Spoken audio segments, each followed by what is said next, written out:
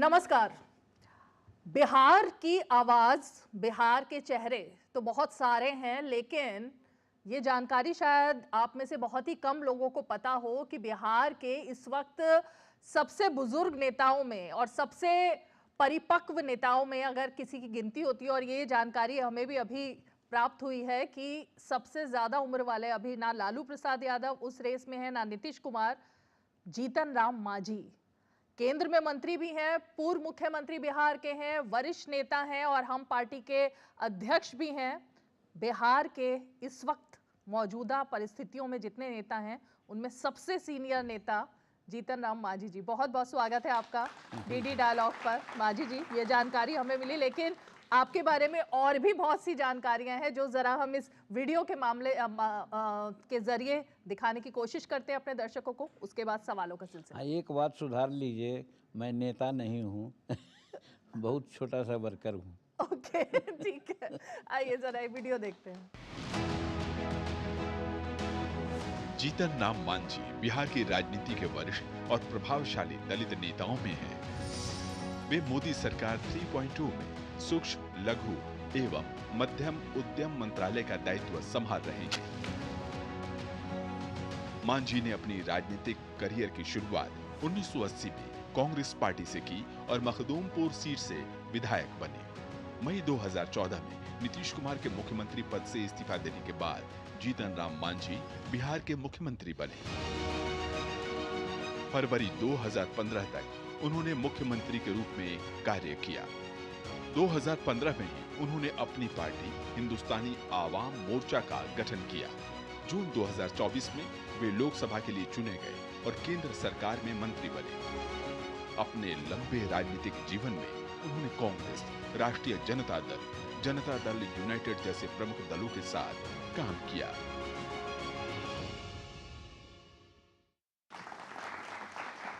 तो मांझी जी, RJD, Congress, JDU और अब अपनी पार्टी, लेकिन आप अपने आप को अभी भी एक सिंपल कार्यकर्ता मानते हैं, नेता नहीं मानते हैं? निश्चित रूप में कार्यकर्ता ही हैं। नेता यदि हम रहते और जो नेता का गुण आजकल हुआ करता है तो शायद मेरी ख्याति कुछ और होती। जैसे क्या क्या इशारा है आपका? अब पर्दे में रहने दीजिए। अरे नहीं, पर्दा उठाइए। पर्दा नहीं उठेगा तो पता कैसे लगेगा? कहानी वही सक्सेस होती है कि कहानी ख़त्म होने के बाद ये मन में जिज्ञासा हो कि इसके बाद क्या। तो वही मेरी कहानी है जो मैंने कहा अभी कि इसके बाद क्या, वो सब आप लोग अपना समझिए।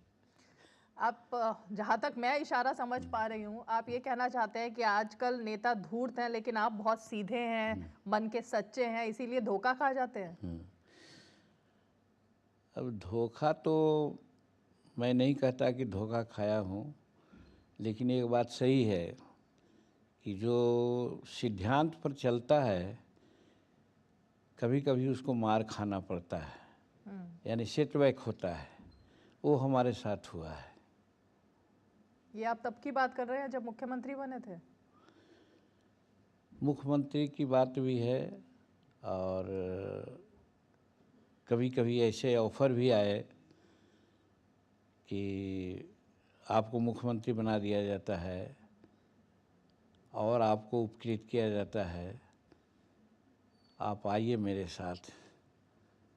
और वहाँ पर हम निष्ठा अपनाई कि नहीं, ये जिस आदमी ने मुझे इज्जत दिया है, ख्याति दी है, उस आदमी के साथ हम कुछ इधर उधर की नहीं कर सकते हैं, दगा नहीं कर सकते। तो ये आज के ज़माने में ये नहीं चलता है। आज के ज़माने में झपट लेना चाहिए था, चल जाना चाहिए था, वो कुर्सी अपना लेना चाहिए था, उसके बाद जो होता देखा जाता, लेकिन मैं नहीं किया। और दूसरा कस यह है कि जब 9 महीना मेरा मुख्यमंत्री काल का हुआ और कुछ कसरतें होने लगी कि आप मंत्री पद से हट जाइए, तो हमारे बहुत सारे विधायकों ने कहा आप नहीं हटिए। हमने 2 कागज़ बनाया, एक इस्तीफ़ा का और एक असेंबली भंग का।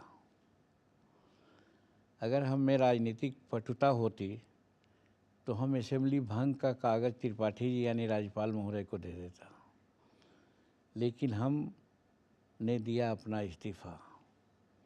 इसलिए कि प्रायः हर इलेक्शन में 1/3 नए विधायक जीत के आते हैं, और वो नए विधायक अगर हम इस्तीफ़ा नहीं देते, मैंने इस्तीफ़ा नहीं देते तो उनका लाइफ चौपट हो जाता। तो उनके लाइफ को ये समझ के कि हम दुर्दशा में हों तो हों, लेकिन मेरे साथी दुर्दशा में नहीं हो, इसलिए हमने अपने दाहिने पॉकेट का लिफाफा त्रिपाठी जी को थमा दिया। तो ये 2 घटना तो है। बिहार में आपकी जो उम्र है और तजुर्बा वो लालू यादव से भी ज्यादा है, नीतीश कुमार से भी ज्यादा है, और इस वक्त बिहार के जो सबसे सीनियर नेता हैं उनमें देखा जाए तो 2 ही लोग हैं, एक आप हैं और आपने ये बताया नारायण बाबू हैं। तो इस हिसाब से तो लगता है कि चेहरा अगर मुख्यमंत्री पद का कोई हो तो वो फिर से आपको ही बनना चाहिए, ऐसा मन में लगता है? कभी नहीं। पद के लिए एमएलए के सिवाय कभी मैंने सोचा नहीं कि हमको कोई पद मिल जाए, कभी नहीं। बहुत ईमानदारी से मैं कहता हूँ। और कोई पूजा करते हैं, पाठ करते हैं, क्या क्या करते हैं। हम देखिए आज तक ना अंगूठी पहनते हैं, ना बद्दी पहनते हैं, ना मंदिर जाते हैं। आप ले जाते हैं मंदिर पूजा करने के लिए तो आपके भावना के लिए हम चले जाते हैं, हाथ जोड़ देते हैं, लेकिन दिल में नहीं। दिल में वही है कि भगवान कहते हैं, बाइबल में भी कहा है कि भगवान जिस क्रीचर को, जिस चीज़ को बनाया है, उसको जो प्यार करता है भगवान उसी को प्यार करता है। इस चीज़ को हम मान के आज तक चल रहे हैं। तो मुख्यमंत्री बनने की अब लालसा नहीं है? कोई लालसा नहीं, कोई पद बनना की भी नहीं लालसा चाहते नहीं अब? है। नहीं बनना चाहते अब? हम तो 75 में ही कह दिया था कि हम चुनाव नहीं लड़ेंगे 75 वर्ष में, कि 75 वर्ष तक सक्रिय राजनीति में रहा जा सकता है। लेकिन माननीय नीतीश कुमार जी हमको मुख्यमंत्री बनाया, उनके प्रति बड़ी श्रद्धा है, आज भी है। वो कितना भी कुछ कहें, उनके आदमी कितनों कुछ बोलें, लेकिन हम, हमारी पत्नी, सब उनको भगवान मानते हैं। अच्छा। उनको भगवान मानते हैं। और मैं भी उनको धन्यवाद देता हूँ कि बहुत कोई क्लिष्ट काम आता है तो बड़े बड़े लोग भी समझते हैं कि जितने मांझी उनसे काम करवा सकता है, और वो करते भी हैं, वो करते भी हैं। तो कहने का मतलब यही है कि उस समय ये बात आई थी तो उन्होंने हमको बनाया, बन गए। आज की बात जहाँ तक आती है तो ये दिमाग में बात बनती है कि हमको तो उन्होंने एक पहचान दिया, एक चीफ मिनिस्टर के रूप में सारी सुविधा हम भोग रहे थे, इसलिए हमको कोई कहीं आगे की चिंता नहीं थी। लेकिन फिर इसी बीच में उन्होंने कहा हमको कि मांझी जी 2020 का चुनाव आप लड़िए। उनको एक मकसद सधाना था, उसको यहाँ मैं क्या कहूँ, तो लड़ गए। उनका मकसद सध गया। जिस आदमी को हराना चाहते थे वो हार गया, मैं जीत गया। अब चला 5 साल रहा। अभी आपसे इंटरव्यू करने से पहले ही आरजेडी के सांसद आए, उन्होंने आपका नाम लिया, आपके बेटे का नाम लिया, और ये कहा कि दामाद हो, बेटे हो, सबको मतलब धड़ल्ले से नीतीश कुमार की सरकार हो या पार्टियां हो सहयोगियों की, उसमें यही सब चल रहा है। तो परिवारवाद सिर्फ वहाँ नहीं है, यहाँ भी है। हाँ, बहुत अच्छा प्रश्न किए। हम तो पुराने ज़माने के आदमी हैं। पुराने ज़माने के कुछ पद उद याद है कि को कही सकत बड़ेन को, क्यों बड़े यों भूल, दीने दई गुलाब में इन डारन वे फूल।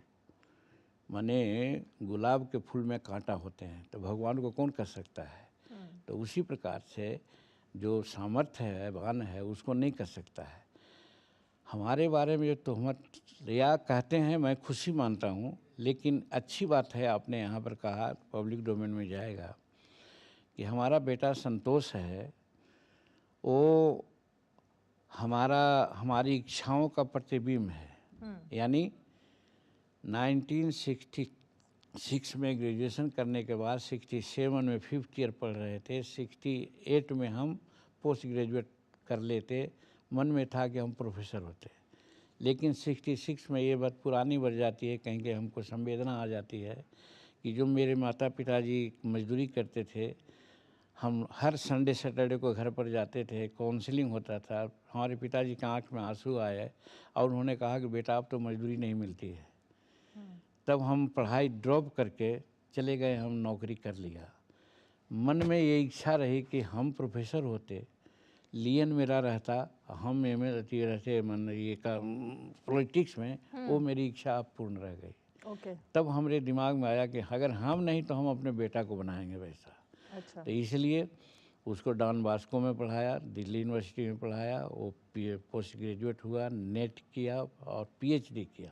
एक करके यू कांट इमेजिन कि छोटी सी नौकरी वो यूनिसेफ में करने लगा। वो पोल पर चढ़ करके स्टिकर छापता था यूनिसेफ का। जब 6 बरस ऐसा हुआ, एक डिस्ट्रिक्ट का कोऑर्डिनेटर हो गया, 36,000 रुपये महीना उसको मिल रहा था। और इधर हम राजनीति में आगे बढ़ रहे थे, हमारा मंत्री पद हुआ। तो उसने कह करके कि पिताजी आपके साथ रहने की ज़रूरत है, मैं नौकरी छोड़ देता हूँ, मैं आपके साथ रहता हूँ। और मेरे साथ आया। 5 वर्षों के बाद उसको एमएलसी दिया। अच्छा। तो आप समझते हैं कि वो बेटा था इसलिए दिया उसको। इतना सेक्रीफाइस तेजस्वी जी किए हैं, इतना सेक्रीफाइस ये तेज प्रताप किए हैं, इतना सेक्रीफाइस मीसा की है, इतना सेक्रीफाइस वो जो कहाँ रखती सिंगापुर वो की है। अब वो आदमी कहता है, उस पार्टी के आदमी कहता है, तो मैं तो कहता हूँ उसको लाज लगना चाहिए, शर्म लगना चाहिए। लालू जी कहते हैं कि तेजस्वी जो है वो भी पहले क्रिकेट में खेलता था, वो भी जाते थे पानी ले लेकर क्रिकेटर्स के पास में मैच में, उन्होंने भी संघर्ष किया है, तब वो यहाँ तक पहुँचे तेज हैं। प्रताप क्या करते थे, मीसा क्या करती थी? मीसा ने भी डॉक्टरी एमबीबीएस क्या की है। क्या क्या करना ही नहीं होता है, पब्लिक वर्क भी तो करना चाहिए। और वो जो सिंगापुर वाली है वो क्या करती थी है? तो मेरा कहने का और शैलेश जी क्या करते थे, जो आज ये समूचा घर चलाते हैं वो। बिहार की बात हो रही है और बिहार में ये चल रहा है कि महागठबंधन में तो सब कुछ ठीक चल रहा है, लेकिन एनडीए के नेता जो हैं और खासकर 2 नेता जो हैं, उन्होंने मोदी जी और नीतीश जी के लिए बड़ी परेशानी खड़ी कर रखी है। और वो नेता है जीतन राम मांझी और चिराग पासवान। दोनों एक दूसरे पर कटाक्ष करते हैं। आप जो है वो चिराग पासवान को लेकर तमाम बातें कर देते हैं कि वो अपरिपक्व हैं, उनको बोलना नहीं चाहिए, उनको कानून व्यवस्था पर नहीं बोलना चाहिए, तमाम उनके बयानों पर आप कटाक्ष करते हैं। आपको लगता है देखिए, दोनों के बीच में सब ठीक है? हम कटाक्ष नहीं करते हैं, हम उनको पुत्रवत मानते हैं। ओके। तो जिस प्रकार से पुत्र को उंगली पकड़ के सिखाता है, नहीं जरूरत होती है तो कान भी पकड़ लेता है और कहता है कि ऐसे चलो। तो कई एक ऐसी बातें आई उनकी, उसमें हम यही कहा कि कहीं अनुभव की कमी है, इसके चलते वैसा बोल रहे हैं। और अनुभव ये काम है, जैसे लॉ एंड ऑर्डर की बात मैंने कही, तो कितने दिन से राजनीति में हैं वो? 10 वर्ष से। और जीतन मांझी 1980 से है। तो हम उसको उदाहरण देते हैं कि एक बच्चा जन्मा अभी, बरसात देख रहा है तो कहता है समूचे दुनिया पानी पानी पानी है। वो तो नहीं देखा कि लू चल रहा होगा, वो तो नहीं देखा कि बसंत में फूल खिल रहे होंगे। तो वही बात उनको हम समझाया कि आप तो 2 दिन से आए हो, आप लॉ एंड ऑर्डर की बात क्या देखते हो? तो लॉ एंड ऑर्डर ठीक है बिहार का? एकदम ठीक है। मैं उसको इसलिए कहता हूँ, उनको भी कहता हूँ कि लॉ एंड ऑर्डर इतना ख़राब था 2000 से 2005 के पहले कि जो क्रिमिनल, उस समय मारुति गाड़ियों की बड़ी चोरी होती थी, आपकी भी गाड़ी अगर खड़ी रहती तो उठा कर ले भागता लोग। और एक अन्य मार्ग में लालू जी बैठते और बुलाते आपको, और जो हम चुराए हैं गाड़ी वो हमको, और आपको कहते कि भाई भूखा है भाई, कुछ इसको पैसा दे दो, ले जाओ गाड़ी। आज है किसी का हिम्मत एक अन्य मार्ग में कोई जाएगा, इस तरह से करेगा? एक बात। दूसरी बात, हम 80 से करते हैं, 80 से आज तक के किसी भी सरकार में एक भी क्रिमिनल का इनकाउंटर हुआ है बता दे? और नीतीश कुमार ने तभी देखा कि कारोबारी की हत्या हुई, पकड़ा गया, उसको कोई इनकाउंटर कर दिया। अभी पारस हॉस्पिटल में पकड़ा गया, उसको 5 को तुरंतों को अपना जगह पर पहुंचा दिया। तो कहने का मतलब आज घटनाएं होती है तो कार्रवाई होती है। क्या आपने ऐसा कोई बयान दिया था कि भगवान राम जो है वो बेसिकली भगवान ही नहीं है, और रावण जो है वो राम से ज्यादा बलवान भी थे और भगवान भी थे, ऐसा कुछ कहा? देखिए, ये व्यक्तिगत बात है। ये आस्था का चीज़ है। अब इस चीज़ को हम आज के समय में नहीं कहना चाहते हैं, लेकिन अभी कहा आपको पहले ही कि न मैं अंगूठी पहनता हूँ, न मैं बद्धी पहनता हूँ, न मैं मंदिर जाता हूँ, न मैं मस्जिद जाता हूँ, लेकिन भगवान के अस्तित्व में विश्वास करता हूँ। और भगवान कोई कह दे कि कौन है, उससे हमको कोई मतलब नहीं है। भगवान को ही जानते। कर्म प्रधान विश्व करी राखा, जो जस करहि सो तस फल चाखा। इस आधार पर मैं बात करता हूँ। भगवान वही कि भगवान जिसको बनाया है, जिन जंतुओं को बनाया है, उसको प्यार करो, उसको दया दिखलाओ, भगवान तुमको मदद करेंगे। इस चीज़ में मैं विश्वास करता हूँ।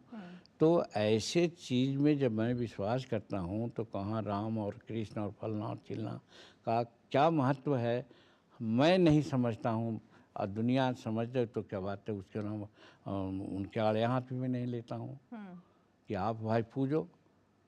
हमारे कबीरदास भी कहते थे, पहाड़ पूजे हरि मिजे तो मैं पूजूं पहाड़, ताते ये चक्की भली जो पीस का है संसार। तो कहने का मतलब वो राम भक्त नहीं थे क्या? कर्तव्य बोध की बात होती है, आस्था की बात होती है। आस्था अगर आप में है तो बहुत बड़ी बात है। आस्था है तो भगवान है और न तो पत्थर है। तो जो आस्थावान है, और इसमें निर्गुण और सगुण दोनों की बात आती है। कोई निर्गुण पूजा करता है, कोई सगुण पूजा करता है। ठीक, मतलब आपकी आस्था है, ये बयान गलत तरीके से पेश किया गया। एकदम निश्चित में हम आस्था में रखते हैं, लेकिन ये कहिएगा कि राम है ही हैं, कृष्ण है ही हैं, इस पर अभी हम चुप रहेंगे। चुप रहेंगे? हाँ, आपने बोल ही दिया इस पर। आप रहने वाली बात मैंने ही पहले ही कहा कि बहुत सी बातें हैं जो पर्दे में रहने दो। अच्छा, ठीक है। दूसरी चीज ये कि आपके बारे में ये कहा जाता है कि आप खुद को सिर्फ दलित नेता के तौर पर देखते हैं, जबकि बिहार जो है वो जाति से आगे निकल चुका है। प्रशांत किशोर तो पूरा कैंपेन ही यही चला रहे हैं कि जाति पर वोट ना पड़े, हर धर्म की बात हो, हर जाति की बात हो। आपको लगता है बिहार इस बार जाति से निकलकर बाहर वोट देगा? देखिए, प्रशांत किशोर महान आदमी हैं भाई, उनके बारे में मैं कुछ नहीं कर सकता हूँ, क्योंकि वो कई एक चुनाव लड़ाए, क्या किए, कहाँ से पैसा अर्जित कर लिए हैं। वो इतना कार्यकर्ता बना दिए हैं, इतना गाड़ियाँ बांटे हैं, इतना मोटरसाइकिल बांटे हैं कि मैं समझता हूँ कि उनको मैं प्रणाम करता हूँ।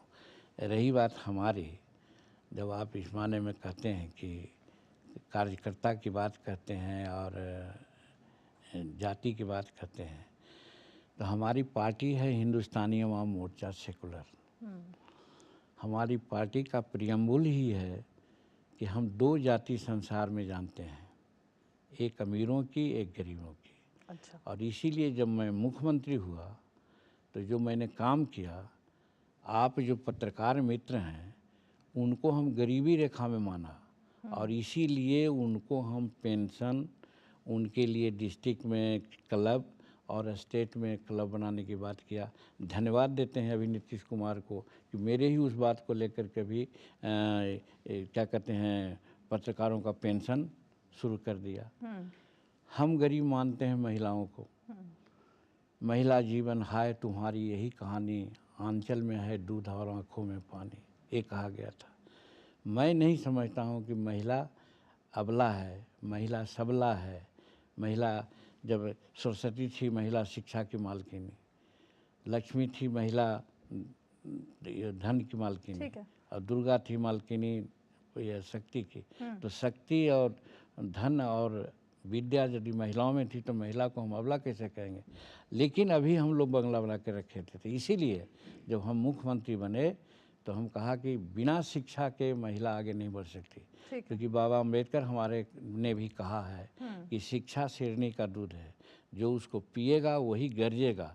तो हम भी चाहा कि बेटियों को गरजावें हम, अब इसीलिए पहला क्लास से लेकर के एमए क्लास तक की पढ़ाई उसको हम से फ्री कर दिया था। ठीक है, तो ये तो अच्छी सोच है। मैं ऑडियंस पर जाऊं, लेकिन अंत में आपसे जस्ट यही जानना चाहूंगी माजी जी, सीटों को लेकर के क्या बंटवारा जो है उस पर पेंच फंसा हुआ है? क्योंकि जो सूत्र हैं वो कह रहे हैं कि आपको 3 से 4 सीटें ही सिर्फ ऑफर की जा रही हैं। क्या 3 से 4 सीटों पर कुछ समझौता हो रहा है?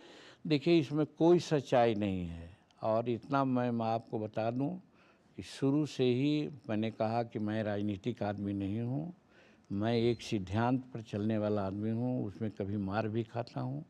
गत लोकसभा चुनाव में मूर्धन्य नेता ने कहा कि आपको 2 पार्लियामेंट सीट दे रहा हूँ और 1 राज्यसभा का सीट दे रहा हूँ।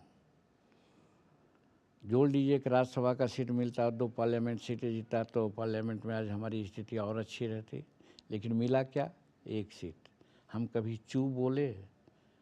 डिसिप्लिन था। तो उसी प्रकार से आज यहाँ है कि आज एनडीए में सीट की बातें होगी। हम यहाँ कुछ सीट की बात नहीं करते हैं, लेकिन एक बात मैं कहता हूँ और वो आग्रह करता हूँ एनडीए के नेताओं से कि हमारी उम्र 10 वर्ष की हो गई, यानी 2015 में हमारी पार्टी बनी है, आज 2025 हो गई। अभी कल ही परसों हम 10वां वर्षगांठ मनाया है, तो हम अभी निबंधित पार्टी हैं। तो कब तक हमको निबंधित पार्टी रखोगे भैया? हमको भी मान्यता प्राप्त पार्टी बना दो। अच्छा। तो मान्यता प्राप्त बनाने में 6% सीट चाहिए, वोट चाहिए, और नहीं तो कम से कम 8 सीट चाहिए जीता हुआ असेंबली में। तो 8 सीट जीते देंगे और 8 सीट में जीत जाऊंगा, तो संभव नहीं है। इसीलिए कल्पना कीजिए कि हमको कैसे आप बना सकते हैं मान्यता प्राप्त। तो यही हमारी मांग है एनडीए के लोगों से। तो कितनी सीटें आप कितनी मांग रहे हैं? हम मांग खा रहे हैं हमारे कि जितना अब हमको ये मान्यता प्राप्त होना है, जिसमें उतना 8 सीट जीत के आ जाएं असेंबली में, उतना सीट हमको दीजिए। और नीतीश कुमार के बारे में जो विरोधी कह रहे हैं, उनकी सेहत को लेकर बड़े सवाल खड़े कर रहे हैं। आपको लगता है कि इस बार कोई नया चेहरा आना चाहिए सामने?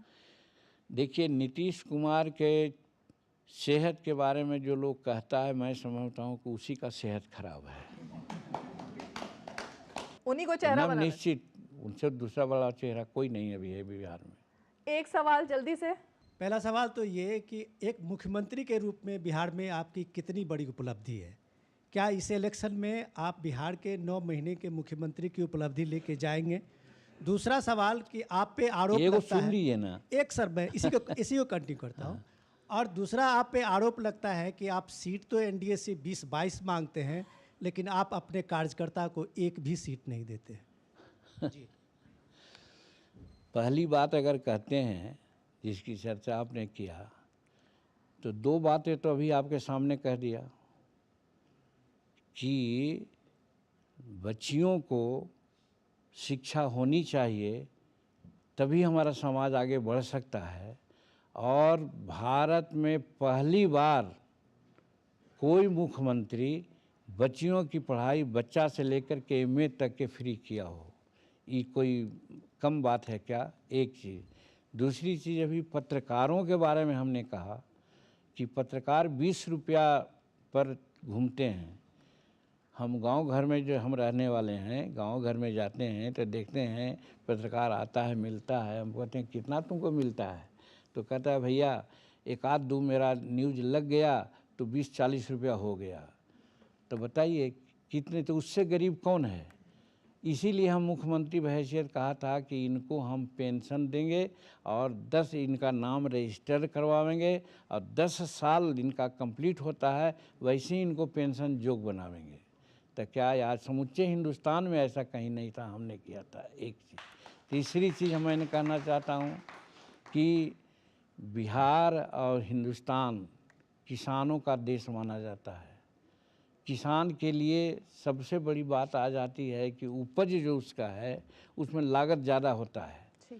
हम एक मजदूर का लड़का है, हमको ऐसा लगा था, अगर ये कहानी कहेंगे तो आप शायद ये होगा कि हमारी पोस्ट ग्रेजुएट की पढ़ाई इसीलिए छूटी कि उस साल अकाल पड़ गया था। मेरे मालिक को पैसा नहीं था कि मजदूरी पिता को देते, तो हम पढ़ाई छोड़ दिया। तो उस किसान के लिए हमने यही सोचा कि अगर हम बिजली माफ़ कर देते हैं तो ये किसान सचमुच में अच्छा काम करने लगा। इसीलिए 5 एकड़ ज़मीन रखने वालों को बिजली माफ़ करने की घोषणा हमने की थी। शेड्यूल कास्ट को 3 डिसमिल ज़मीन दी जाती थी। आज के ज़माना में 3 डिसमिल ज़मीन में कौन रहेगा? हमने कहा कि 5 डिसमिल ज़मीन देंगे, और 5 डिसमिल ज़मीन ही नहीं देंगे, उसको 2 कोठी देंगे, 1 पोर्टियार्ड देंगे, 1 किचन देंगे, 1 बाथरूम देंगे और वो वही जानवर रखने के लिए भी ये कर देंगे और एक चापाकल देंगे। एक 3.25 लाख रुपया की बात आती थी। ऐसा करके हम प्राय उमा जी थे, उनसे हमारी बात हो गई थी और हम लोग कर लिया था कि अगर हम रहते तो हम फरवरी में रिजाइन किया था, मार्च अप्रैल में जाते जाते इसको हम लागू कर देते। जी जी। आज तक तो कोई नहीं किया वो। एक पर ये हुआ।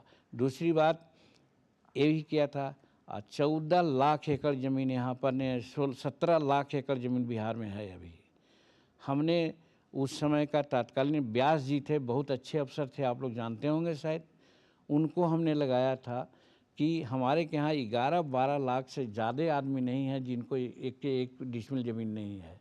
तो ये 17 लाख एकड़ ज़मीन है। हो सकता है कुछ पहाड़ पत्थर नदी हो, हाँ, लेकिन आप इसको कैंप लगा करके ऐसा कर दीजिए कि एक एक करके ज़मीन सबको दे दीजिए ताकि हमारा सब लोग ज़मीन यहाँ खेती वाला हो जाए।